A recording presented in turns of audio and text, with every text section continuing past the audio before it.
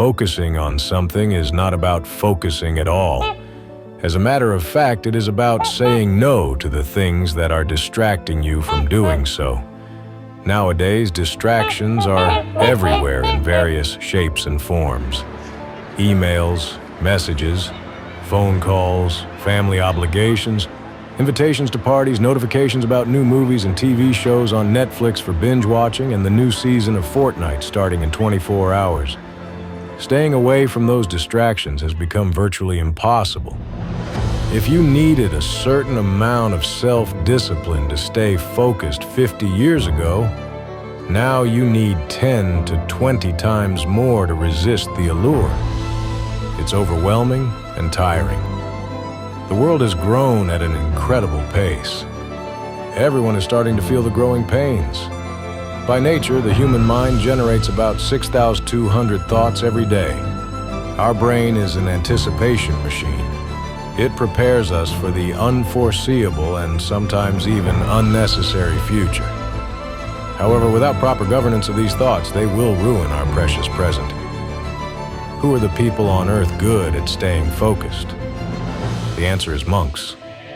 They are no strangers to me, as I used to go to temples with my grandmother every week, pray for a prosperous year ahead, and donate a little money to help them financially and help myself spiritually. While I was at the temple, I often saw a group of monks sitting on the concrete floor and meditating for hours. My grandmother later told me that they would sit there for days on special occasions. My jaw dropped when I heard this. Not on an armchair, just the crude floor.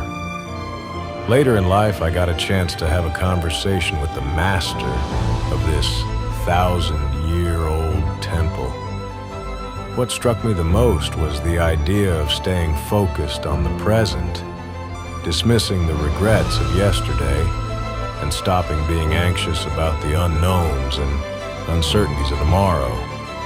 Having a laser-like focus on the present, the now, the moment, is the key to a successful and happy life. Steve Jobs once famously said, "Stay hungry, stay foolish." I like that quote a lot. However, I have a slightly different interpretation of it. It goes something like this. When you have a full stomach, you have many focuses and thoughts. However, your mind only focuses on one thing when you are hungry and desperate. If you are adamant about your intelligence, you tend to multitask and focus on many things at once. When you are not, you try your best to focus only on one thing and one thing only.